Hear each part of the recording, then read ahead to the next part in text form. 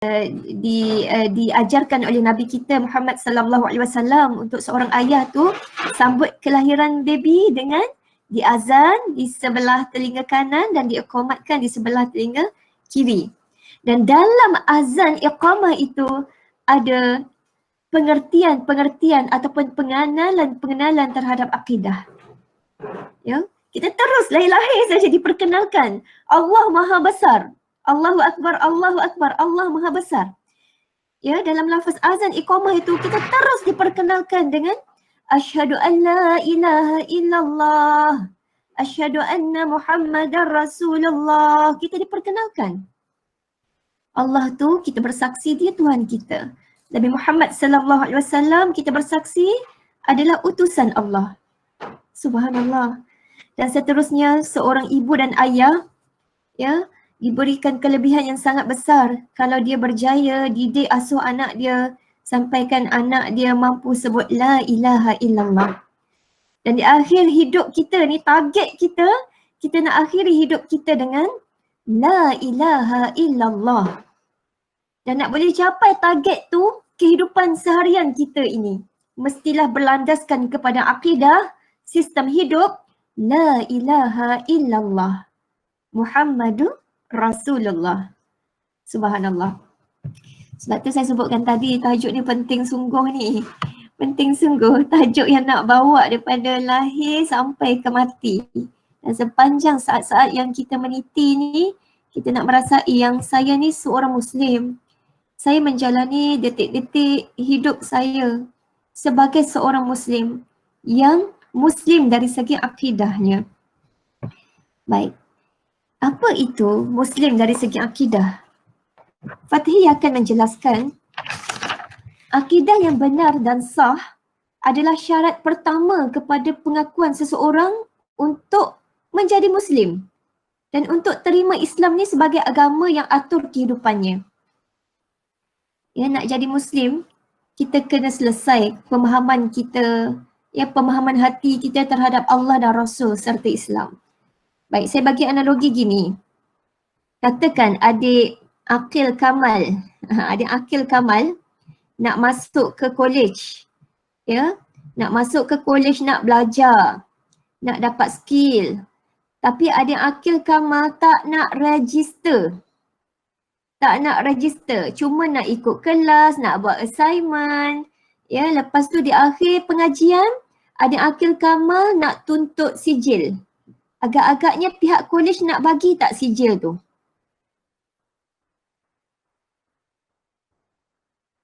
Kenapa tidak? Buat semua ni. Ha? Penting register. Jadi Akil Kamal setuju ya.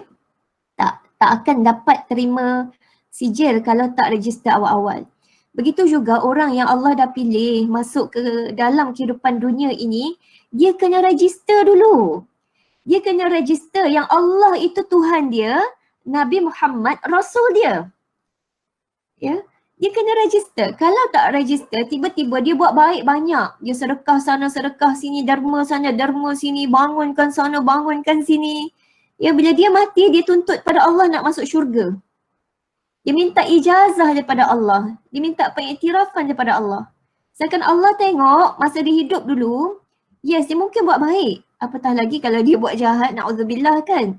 Ya, dia buat bukan kerana Allah pun. Dia mencari faktor-faktor yang lain. Dia mencari kesenangan-kesenangan yang lain.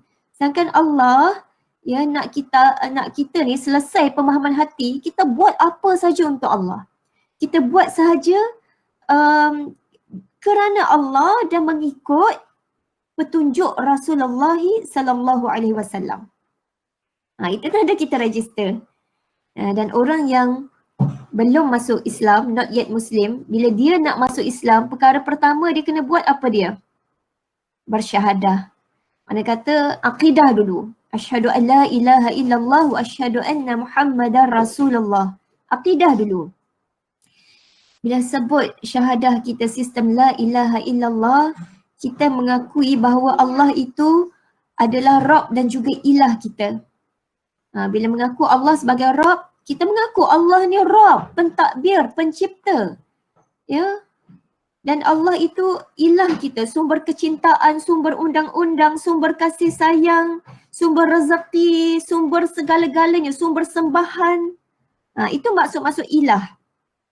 Biasanya ramai orang dalam dunia ni dia ada tauhid rububiyah tu. Dia mengaku Allah tu Tuhan. Ya.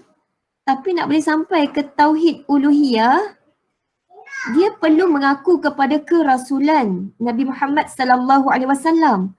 Baru dia boleh menyembah Allah, mengilahkan Allah ya dengan undang-undang, dengan peraturan yang telah diajarkan oleh Nabi Muhammad sallallahu alaihi wasallam. Tapi yang ni ramai orang gagal dan tewas. Ya. Allahu akbar. Bijaksananya Allah. Allah seakannya gini ya, bagi kita ni dipilih masuk ke alam dunia ni, Allah seakan buat satu game, ya, satu ujian, satu cabaran. Dan cabaran pertama sekali yang Allah nak akal kita sampai, roh kita sampai adalah kita pandang sekeliling, kita tertanya-tanya, siapa yang cipta ni? Kenapa cantik sangat sekeliling? Sempurna je setiap kejadian. Siapa sebenarnya yang cipta? Dan bila kita menemui, ya Allah ada pencipta, maha besarnya pencipta tu. Dia ciptakan alam. Dan kita tengok setiap sistem sosial. Ya, ada yang ciptakan satu sistem yang menyebabkan kita rasa seronok dan selamat dalam hidup ni. Sistem mak ayah kena didik anak-anak, seronoknya. Sistem kita kena kejar pendidikan, seronoknya. Siapa yang cipta sistem-sistem ni? Ya. Lepas tu kita dilarang mencuri, dilarang tengok benda porno. Semua tu bila fikir balik, dia balik kepada kebahagiaan hidup kita. Selamat hidup kita. Jadi subhanallah, Allah penetap undang-undang, pencipta segala sistem. Bila akal kita sampai ke situ, pemahaman hati kita sampai ke situ, kita dah start dah merasai saya Muslim dari sudut akidah. Dan akidah yang jelas dan mantap ni akan lahirkan perbuatan, pemikiran dan cara cakap. Cara cakap yang Islami. Sebab merasai tadi kan, dia efek semua sekali. Perbuatan takut nak mencuri, Allah tengok. Pemikiran takut nak fikir yang buruk, fikir banyak ilah selain Allah. Ya, kita cepat-cepat istighfar kalau syaitan datangkan pemikiran tu. Sebab dia akan datangkan. Disebutkan dalam hadis Nabi SAW.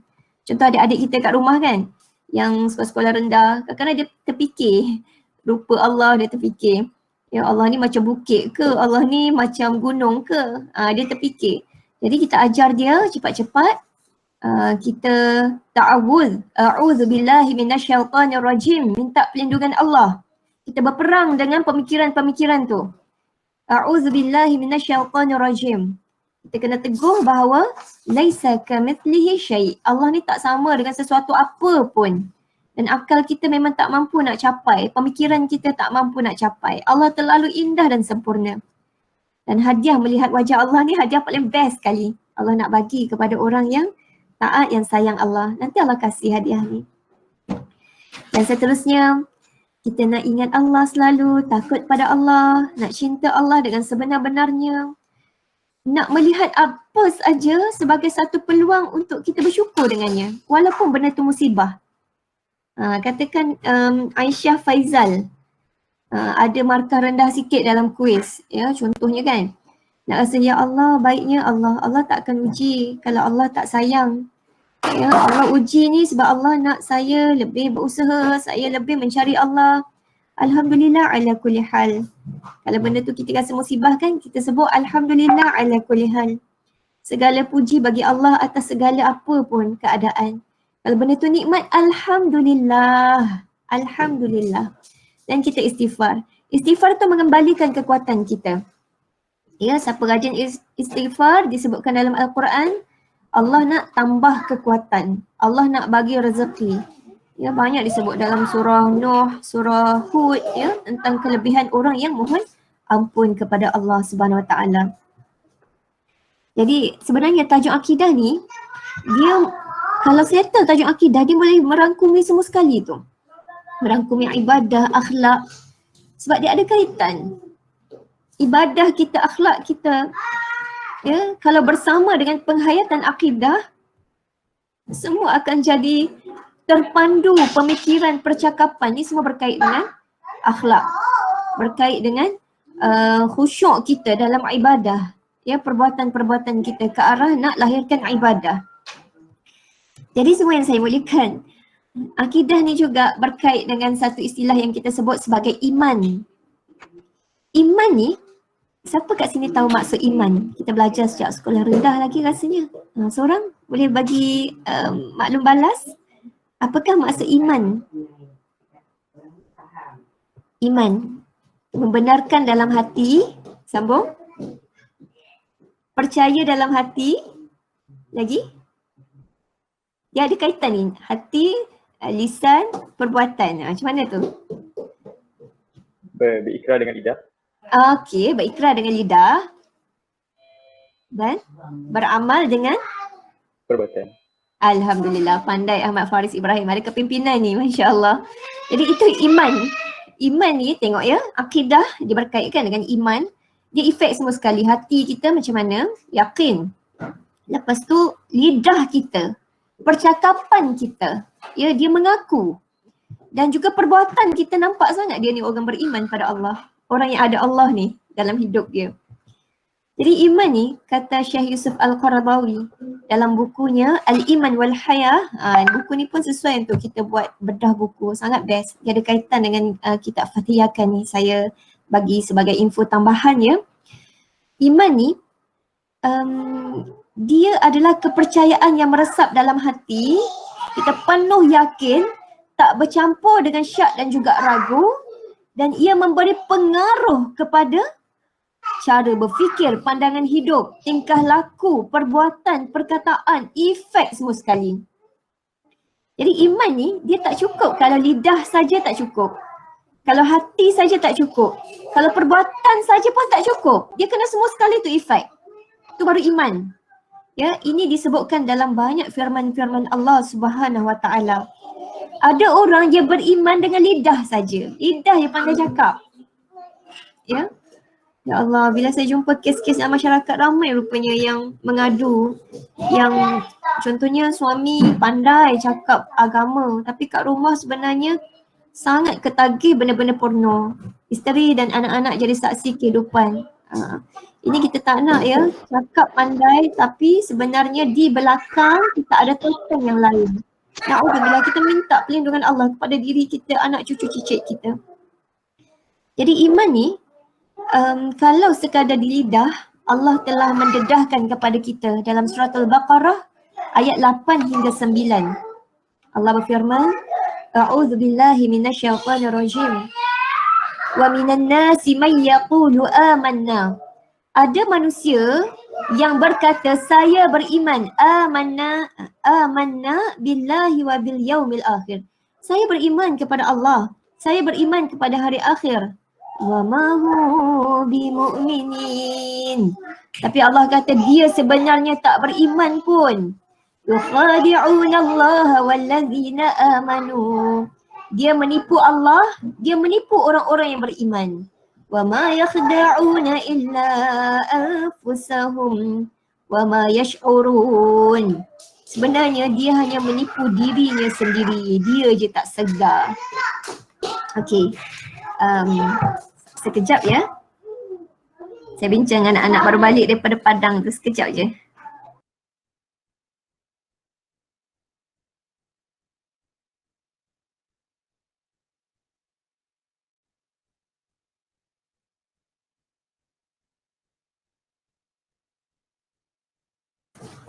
Okay, terima kasih. Maaf ya, teknikal. Baik.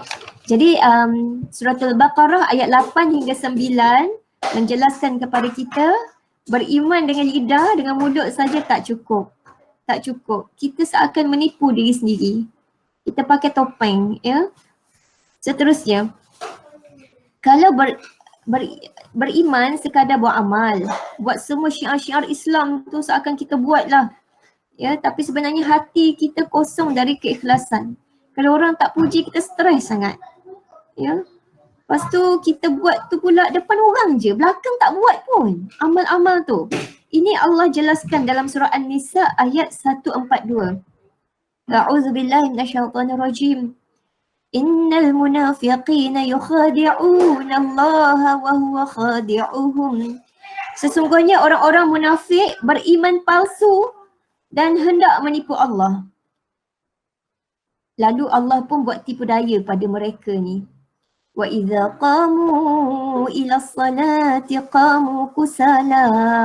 Antara ciri-cirinya, kita takut sangat ni dengan antara ciri-cirinya, kalau dia nak mendirikan solat, dia mendirikan solat dalam keadaan dia bermalas-malasan. Dia malas je. Rasa alah, malasnya nak jumpa bos, nak jumpa Allah. Seakan gitu malasnya nak jumpa kejayaan. Solat ni panggilan kejayaan ni. Solat ni benda penting sangat, meeting dengan Allah. Ya, wa idza qamu ila salati qamu kusala. Na'udzubillah, takut kita. Yura'unan nas. Dia hanya nak menunjuk-nunjuk, nak bermuka-muka, nak ambil hati manusia sahaja. Dia pun kita takut. Takut solat depan mak ayah kita je.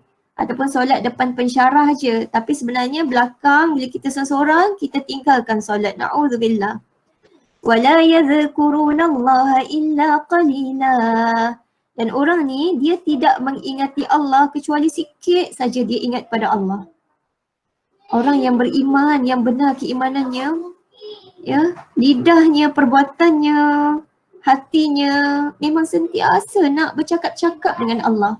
Antara caranya, kita buat apa saja, kita baca doa. Doa tu bawa hati kita kembali pada Allah. Contoh nak makan, baca doa. Makan, kita tengok, ya Allah berkati rezeki ni. Jauhkan kami daripada azab neraka. Itu tanda kita tengok makanan balik ke Allah. Nak masuk tandas, ya Allahumma inni a'udzubika minal khubuthi wal khaba'ith.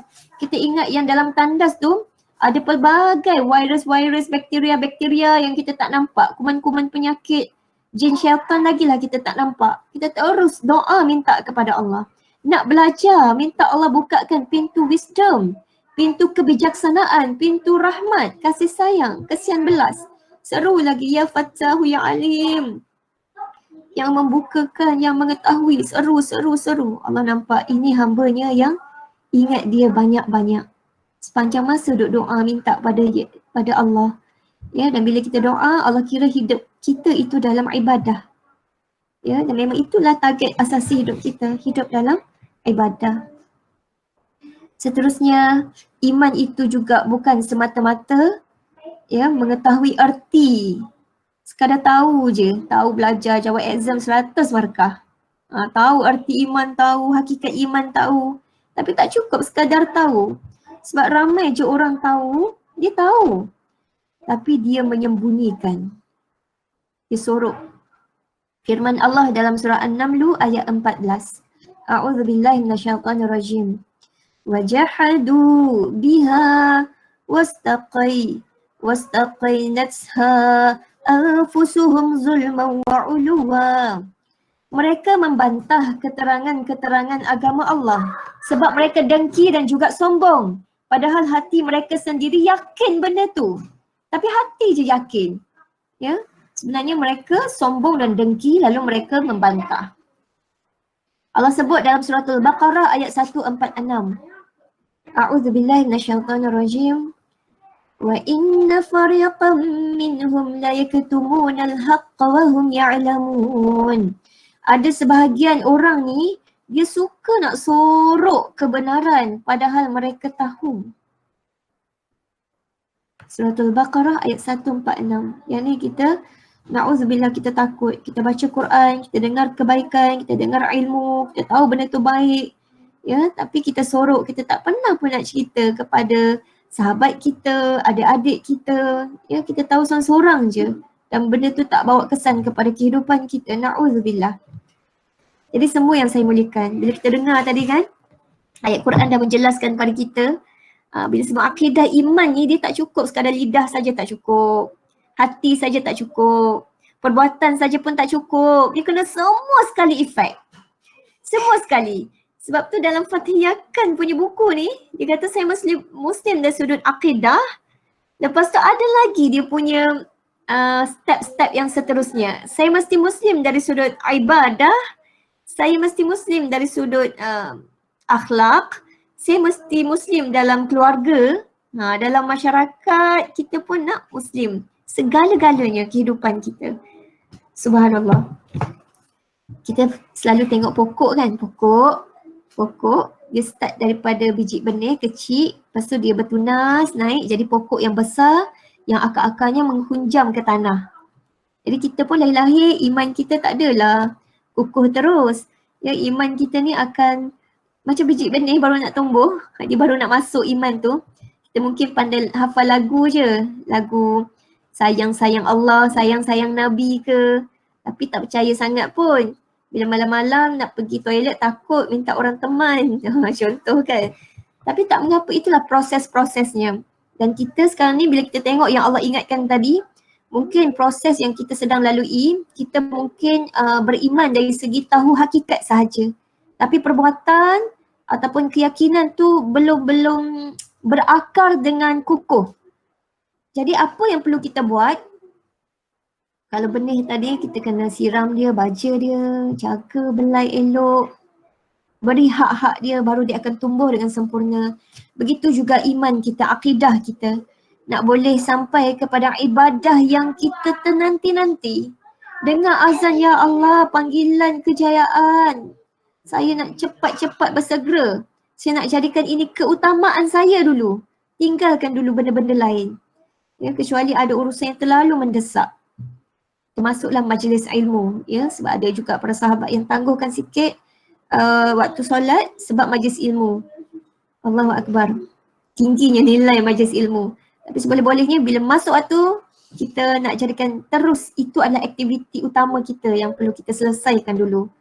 Sebab kita dengar tadi kan dalam Al-Quran Allah dah ingatkan, siapa yang mendirikan solat dengan malas-malas, ya, dengan tak larat je nak jumpa Allah, ya, Allah tak mengiktiraf lagi keimanannya.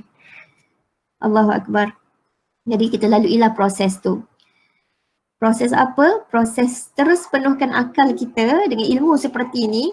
Akhirnya iman kita makin meningkat, makin teguh iman kita. Lepas tu kita nak cuba buang segala bimbang dan ragu mesti dengan hujah. Mesti dengan hujah.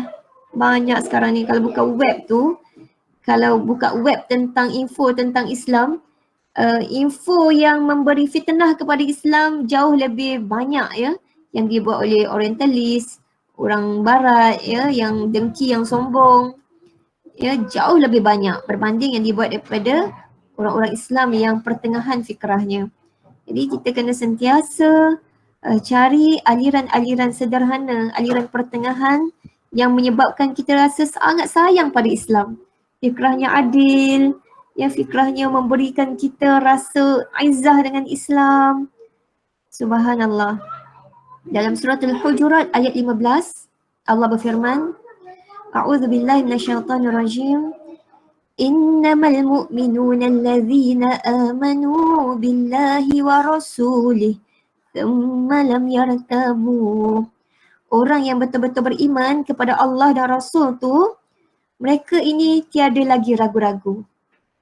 Apa saja yang kita ragu-ragukan, isu-isu dalam Islam, terus kita cari hujah.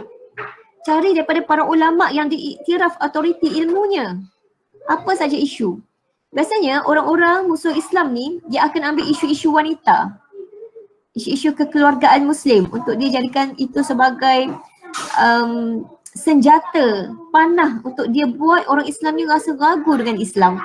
Jadi kita kena cari daripada para ulama yang berautoriti apa sebenarnya pandangan Islam. Supaya kita tak ekstrim ke timur, tak ekstrim ke barat. Tapi kita ambil jalan tengah Islam yang sangat indah.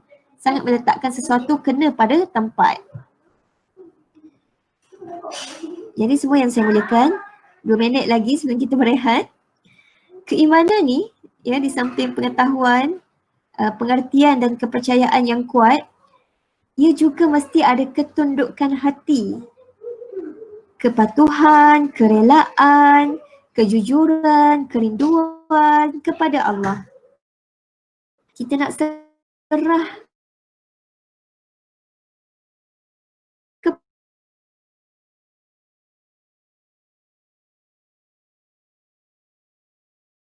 kepada Allah, mesti ada kebaikan. Allah masih nyawa. Makna kata Allah masih bagi peluang. Mawadda'aka rabbuka wa ma qala. Allah tak pernah benci, Allah tak pernah tinggalkan kamu, Allah tak pernah benci. Allah sebut dalam surah Ad-Duha. Jadi bila kita rasa macam tu kan, kita rasa ya Allah syukurnya.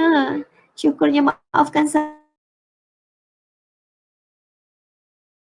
ya Allah. Alhamdulillah, pandai Allah cipta dia handsome. Tengok orang cerdik, Alhamdulillah pandai Allah cipta dia cerdik. Jadi semua yang kita nampak, hati tak ditunduk dari sebarang rasa dengki, ya, ataupun kita diberi kelebihan tertentu. Tundukkan hati, jangan rasa macam kita hebat sangat. Ramai lagi orang hebat. Allah tu maha hebat. Ya, kita sentiasa nak belajar dan belajar sampai ke akhir usia kita. Ya Allah, bila hidup kita rasa diawasi Allah, bersama Allah, segala-galanya dari Allah untuk Allah, hidup kita memang akan kurang stres. Hidup kita akan rasa sangat bahagia, sangat bebas menikmati kehidupan ni. Dan kita tak terlalu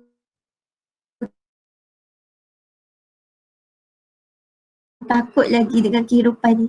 Kita rasa Allah dengan pelbagai cara yang dia maha bijaksana akan mengaturnya kepada kita. Cukup dulu setakat ni, kita rehat dulu. Kembali kepada moderator, silakan.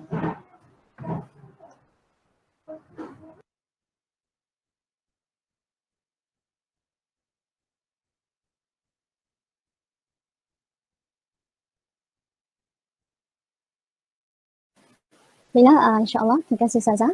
Jadi kita akan berehat 5 minit. InsyaAllah kita akan sambung semula pada jam 9.45 pagi.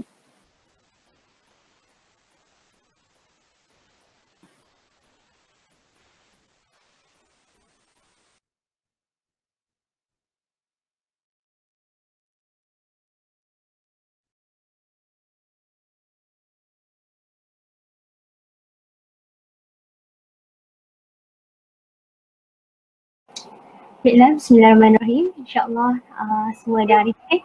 Jadi kita akan mulakan sesi ceramah yang seterusnya.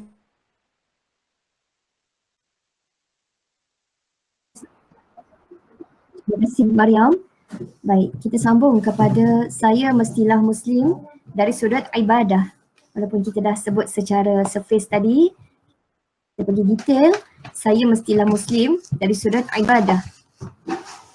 Dengar ya suara saya?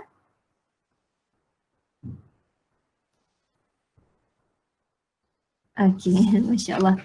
Baik, kata Fatihakan, ibadah dalam Islam merupakan kemuncak dari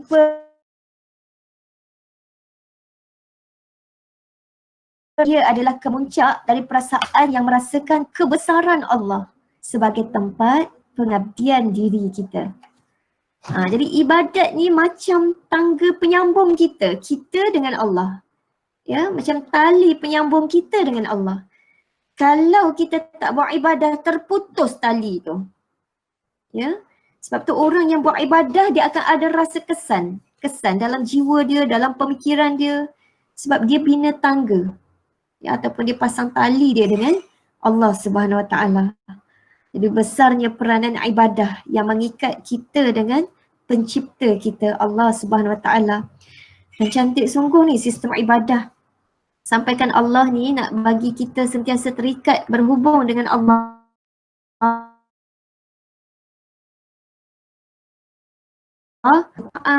Macam apa? Zikrullah setiap hari. Macam solat ya. Setiap kalau lelaki setiap minggu tu wajib solat Jumaat. Dengar khutbah, dapat ilmu, balik sampaikan kepada keluarga. Itu sistem untuk pastikan kita sentiasa update dengan ilmu. Seterusnya setiap tahun kita semua dimasukkan ke dalam satu camp, satu universiti tarbiyah untuk melatih takwa kita, iaitu puasa di bulan Ramadan. Dan sekali seumur hidup, kita ni mesti kena ada target untuk menunaikan fardu haji.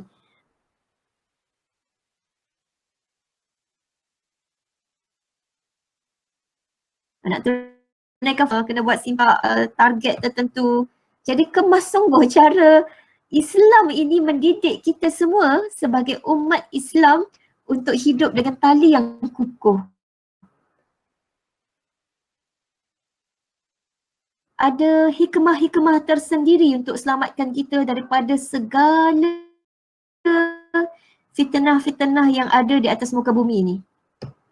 Contoh kan macam zikrullah. Ala bi zikrillahi tatma'innul qulub. Dengan ingat Allah hati jadi tenang. Penyakit manusia antara yang utama sekarang ni, di samping kita asyik dengan COVID-19 kan. Kalau ikut WHO tu, antara penyakit utama yang menimpa manusia terutamanya 2020 ni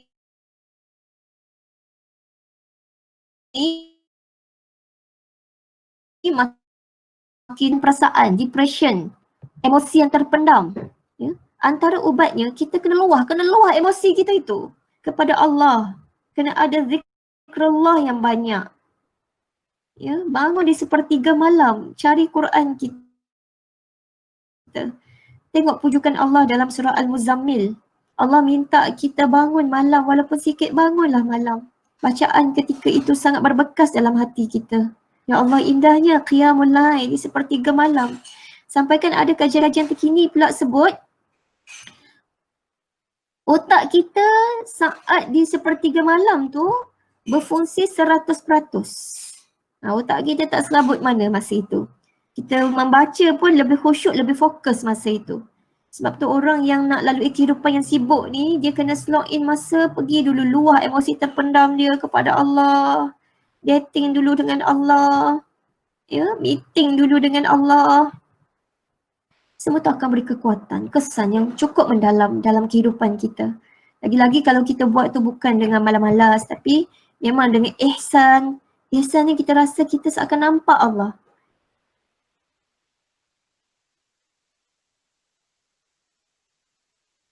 Kalau kita tak nampak, kerdil sangat kita. Tapi hakikatnya Allah nampak kita. Ya, kita cuba untuk khusyuk. Ini juga adalah nilai integriti. Ya, daripada ihsan tu kita bawa integriti pergi mana-mana, rasa seakan-akan CCTV tu kat mana-mana aje. Kita akan jadi orang yang amanah, yang jujur. Dan kita ibadat tu kita rasa Allah seakan hadir sekali. Ya, Allah teman, dan Allah pun memang sebut. Dia dekat sangat dengan kita, lebih dekat daripada urat sekarang ni. Ilmu pengetahuannya di mana-mana sahaja. Jadi kita pun sentiasa rasa lazat dengan ibadat sampai rasa macam tak cukup dengan ibadat wajib. Kita nak tambah dengan ibadat yang sunat. Ibadat sunat tu pula kita nak istiqamah. Sampai tahap kalau tertinggal kita qadha. Itu di tahap istiqamah. Untung sungguh kalau orang muda yang buat istiqamah ni. Ya, terutama ibadat sunat yang wajib tu memang wajib dah. Sebab nanti kalau dia di usia tua, dia sakit ke, dia uzur ke, Allah tetap tulis benda tu berterusan. Ya, pahala tu sama macam dia sihat. Seakan dia still buat. Sebab apa? Sebab kerja lah kan. Kita kerja, lepas tu ada buat simpanan ke, KWSP ke. Bila nanti kita dah tua, dah tak dapat nak kerja, simpanan tu boleh tolong kita. Gitulah juga ibaratnya. Ibadat sunat ni, dia boleh tolong tampung amalan-amalan wajib kita yang tak sempurna. Lepas tu saat kita uzur sakit, dia masih boleh menaikkan lagi graf. Rokib Atik kan selalu catat kita punya account kan. Dia naikkan lagi graf kita, dinamik je naik. Allahu Akbar, sebelum balik jumpa Allah. Kalau nyanyuk sekalipun, na'udzubillah, graf tu sentiasa naik di sisi Allah. Sebab amal istiqamah boleh tolong kita. Al-Quran. Saya bagi simple je, contoh ya, keindahan Al-Quran. Dalam surat Al-Fatihah, banyak sungguh kita kena baca Al-Fatihah setiap hari.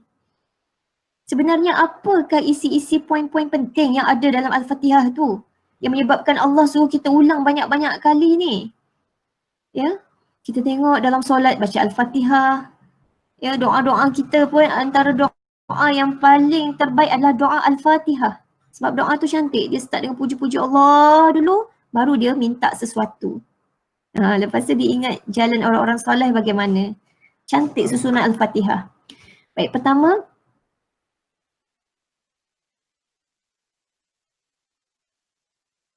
Rajim.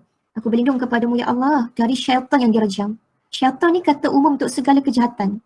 Kalau manusia jahat pun dalam Quran surah Al-Baqarah Allah panggil dia syaitan juga. Wa idza khalau ila syayatinihim. Ya, kejahatan apa saja, coronavirus, accident, benda-benda yang tak best yang kita tak nak, kita terus niat sekali, ya Allah saya berlindung kepada saya berlindung kepadamu ya Allah. Ya, saya tak nak gangguan iblis, jin, syaitan, saya tak nak ya Allah. Jadi daripada ta'awuz tu, kita telah minta kepada Allah satu keperluan asasi seorang manusia, dia nak keselamatan. Dia nak perlindungan. Hebat macam mana pun, kita pergi jauh macam mana pun kita belajar, ya kita tak akan dapat lari daripada kita akan mencari keselamatan. Kata Abraham Maslow kan dalam hierarki dia tu, safety needs.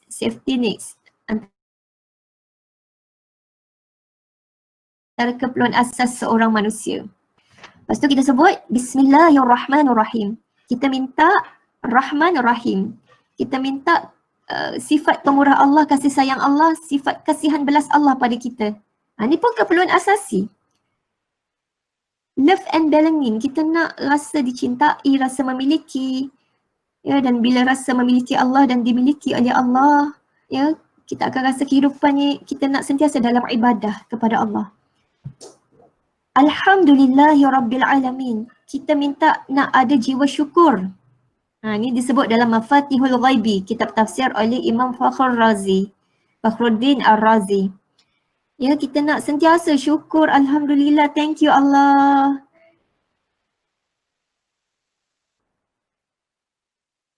Dan senang nak ucap thank you kat manusia. Senang nak nampak orang, ya Allah syukurnya kenal dia. Ya Allah syukurnya dengan kelahiran dia, happy birthday dia ke, kan ucap ya Allah syukur, lidah dia senang nak lafaz syukur, penghargaan, biasanya dia akan ada komunikasi yang kuat. Hari ni banyak masalah keluarga sebab komunikasi yang lemah. Bergaduh pun makin teruk komunikasi jadinya. Tapi orang yang ada syukur, ini insan yang Allah sebut dalam Quran, wala tasawul fadla bainakum. Jangan kamu lupakan kebaikan orang. Walaupun tengah gaduh nak bercerai dah, jangan lupakan kebaikan dia. Mesti dia ada kebaikan juga. Jadi lidah yang bersyukur tadi mudah nak sebut kebaikan tu. Jadi senang nak hati tu bersatu balik. Ya, keluarga pun jadi tak stres sangat sebab banyak menghargai, appreciative. Ya, manusia ni bila dihargai dia akan buat sesuatu yang luar biasa sebab dia akan nak tunjukkan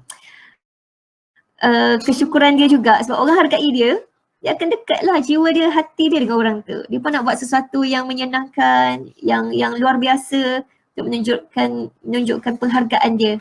Ya, sebab dihargai. Jadi subhanallah.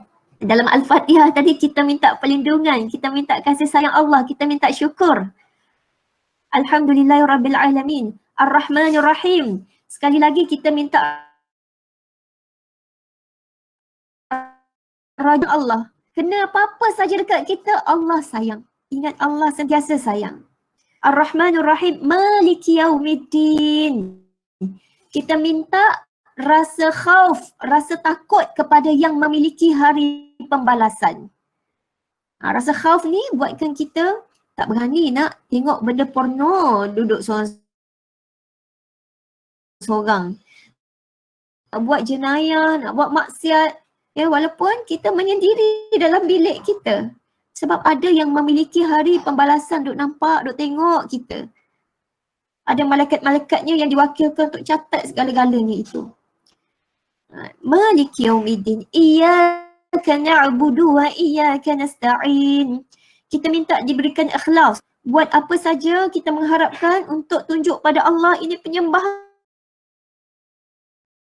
kami kepadamu ya Allah. Ihdinas siratal mustaqim. Kita minta Allah bagi kita jiwa yang sentiasa nak doa, tunjukkan. Terutamanya doa pada hidayah Allah. Siratal ladzina an'amta 'alaihim ghairil maghdubi 'alaihim waladdallin. Kita minta pada Allah tunjukkan jalan orang-orang yang Allah beri nikmat. Bukan jalan orang-orang yang Allah murkai, bukan jalan orang yang sesat. Itu Al-Fatihah. Kita minta nak tahu kisah, sirah, cerita yang menginspirasikan kita dalam Al-Quran. VIP yang diiktiraf oleh Allah, yang Allah bagi cerafit taqwa kepada dia untuk kita ikut dalam Al-Quran. Jadi itu baru Al-Fatihah. Kita memahami Al-Fatihah, surah yang pertama dalam Al-Quran. Betapa dah kita nampak kat situ, ya Allah, segala apa yang saya perlukan ada dalam tu. Patut saya kena ulang banyak kali setiap hari. Baiknya Allah. Ya, perlindungan, kasih sayang, itulah yang saya perlukan dalam hidup.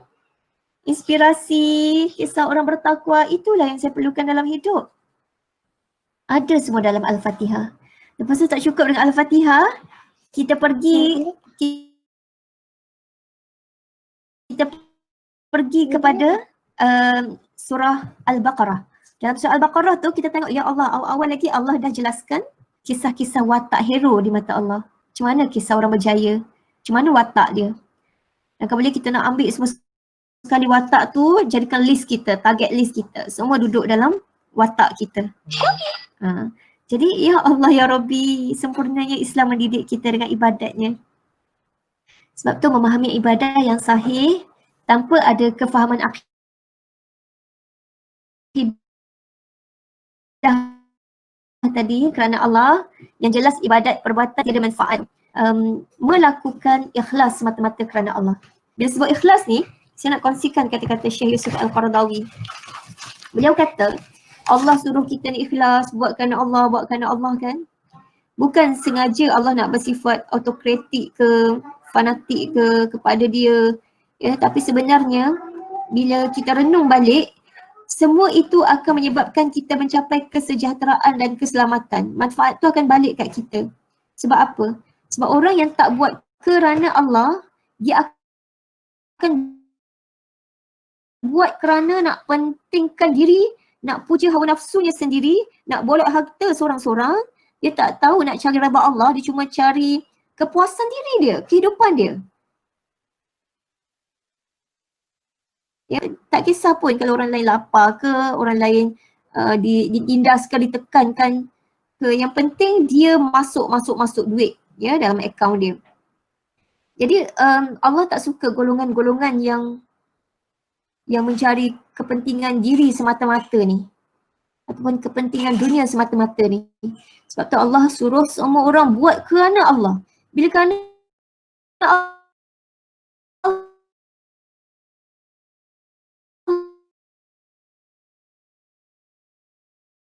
Allah, sedekah kita tak halang kita untuk kumpulkan harta tu contohnya. Tapi bila kerana Allah, dia akan jelas bahagian-bahagian portion untuk simpanan mana, untuk belanja mana, untuk zakat, sedekah, nafkah. Ya Allah, hari ni ada berpuluh-puluh ribu kes kaum lelaki tak bagi nafkah kepada isteri, kedekut dengan keluarga. Dia cari rezeki sebenarnya untuk apa? Ini kita seorang yang dapat belanja, kita seorang yang kenyang. Orang sekeliling kita lapar ke, dahaga ke, kita tak kisah pun. Sebab tu Allah suruh pentingkan sangat buat kehidupan berkeluarga, kehidupan bermasyarakat, semua akan dapat manfaatnya sekali. Indah kan hidup ikhlas kerana Allah. Lepas tu, dalam ibadat ni juga, ya, kita pergi kepada saya mestilah Muslim dari sudut akhlak. Okay, kita beribadat kepada Allah tu hubungan kita dengan Allah. Sekarang hubungan kita sesama manusia. Hubungan kita sesama manusia pun lahir daripada hati yang ada sifat-sifat hatinya dengan Allah. Dia akan layan manusia sebagaimana yang Allah mahu dia melayani manusia. Okey, saya mestilah Muslim dari sudut akhlak.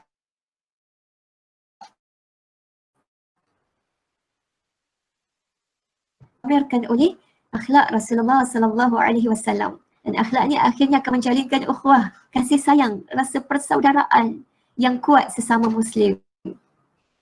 Kita bacakan dulu antara ciri-ciri akhlak Muslim ni. Pertama, yang paling basic, dia jauhkan dirinya daripada semua larangan Allah. Bahkan perkara yang dia tak berapa pasti kan, perkara syubhah pun dia jauhkan diri.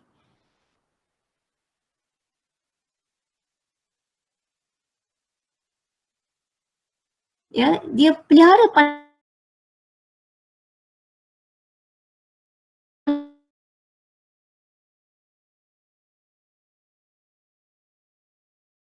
Arab minta fatwa tentang macam mana nak hajikan ayahnya yang uzur.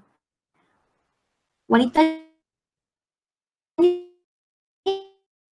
daripada orang naik unta dengan Fadl bin Abbas, anak muda macam kalian lah, anak muda tak kahwin lagi. Fadl bin Abbas tengok macam terbeliak sikit mata dia, tengok je kan. Nabi pun palingkan wajah Fadl bin Abbas untuk peliharakan hati dia. Jadi asal pandangan ni memang boleh. Nabi pun memandang wanita, wanita pun memandang lelaki, ya. Tapi kita kena sentiasa cek hati kita. Hati kita biar sentiasa bersih. Kalau ada dah masuk bisikan-bisikan tu, tundukkan dulu, istighfar. Dan pandang sekadar keperluan. Seterusnya, pelihara lidah daripada berkata sesuatu yang dilarang. Allahu Akbar. Kalau dapat jaga akhlak lidah ni, ya, Nabi SAW menjamin dengan syurga. Ditambah lagi dapat menjaga akhlak kemaluan.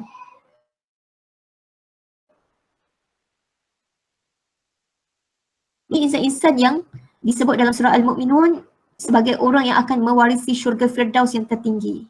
Allahu Akbar. Ya, menjauhi perkara lara,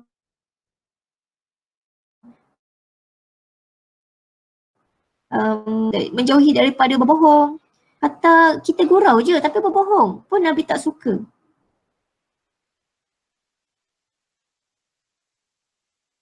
Pernah di sini kalau datang mak nak bagi kurma, Nabi takut mak dia tipu, tak ada kurma pun. Nabi kata kalau tak ada kurma tu tercatat kepadamu satu Islam ni supaya saya cakap benar. Nabi pun akhlaknya Al-Amin, jujur, amanah, benar. Ya, terkenal daripada dulu lagi sampai kan dia tahu Nabi akan cakap benda benar saja. Mereka tahu sebab mereka kenal daripada dulu lagi. Daripada kecil-kecil memang macam itulah akhlak yang dipertahankan. Tapi mereka sombong dan tak nak percaya. Seterusnya, lidah kita kena pelihara daripada menyalahkan uzur, tak ada halangan apa, kita sesaja je. Tak nak penuhi janji kita. Itu sifat munafik. Pelihara lidah kita daripada mengumpat yang keji. Ya, tanpa tujuan yang jelas. Dan benda tu kalau benar sekalipun, cuma sesaja nak cerita, nak luar.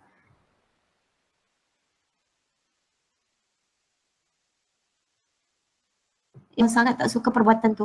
Tapi kalau orang tu dah kena dera hari-hari, dah kena macam-macam tekanan emosi mental, dah dapat daurah syar'i, lepas tu dia nak pergi cerita kepada pihak berautoriti. Contohnya kepada klinikal, kepada jabatan agama, upat yang bolehkan. Islam ni dia faham juga keadaan manusia lain-lain. Ya? Tak sama. Seterusnya kita nak jaga lidah kita daripada berdebat dan suka bertengkar. Saja nak jatuhkan orang, nak tunjuk kita hebat. Na'udzubillah.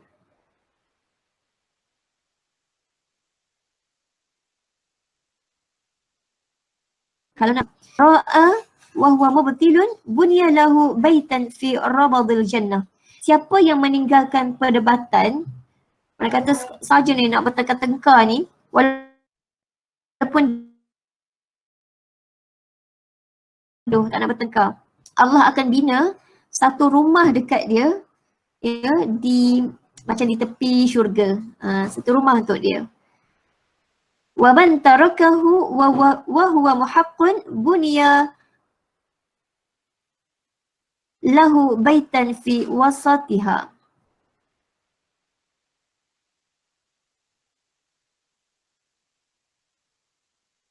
Dan siapa paling baik akhlaknya, siapa yang khuluquhu, akhlaknya hasuna khuluquhu, bunya lahu fi a'laha, Allah akan bina untuknya di syurga yang paling tinggi.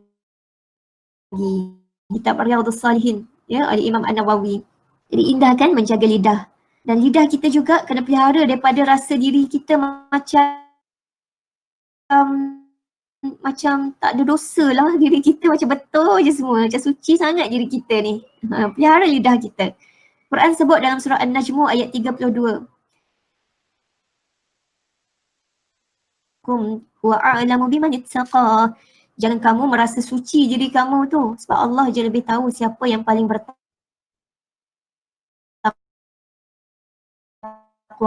Dan yang seterusnya, pelihara lidah kita daripada melaknat. Kalau kita tak laknat iblis, contoh kan, kita tak laknat iblis. Allah laknat iblis, kita tahu. Kita tak laknat iblis, kita tak sebut iblis yang dilaknat. Ya, Allah tak akan tanya pun. Tapi kita once kita laknat je, seorang tu sebagai kafir ke, munafik ke, penentang syariat, Allah akan terus tanya dia.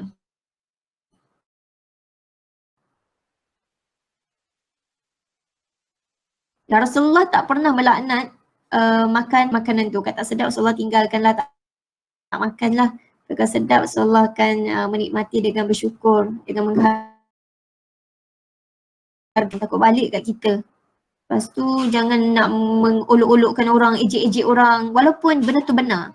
Contoh kan, ada seorang sahabat, Abu Dhar, dia pernah ejek Bilal bin Rabah dengan kata-kata yang berunsur penghinaan.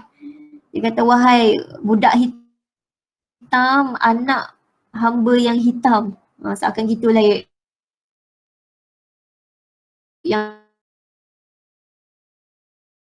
mak dia memang hitam pun. Tapi kata-kata tu berunsur penghinaan walaupun benar, nak ejek orang.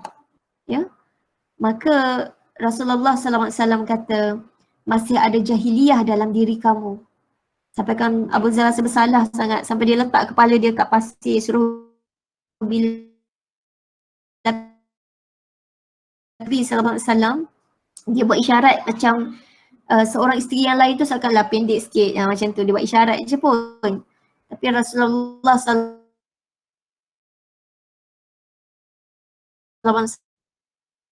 lautan.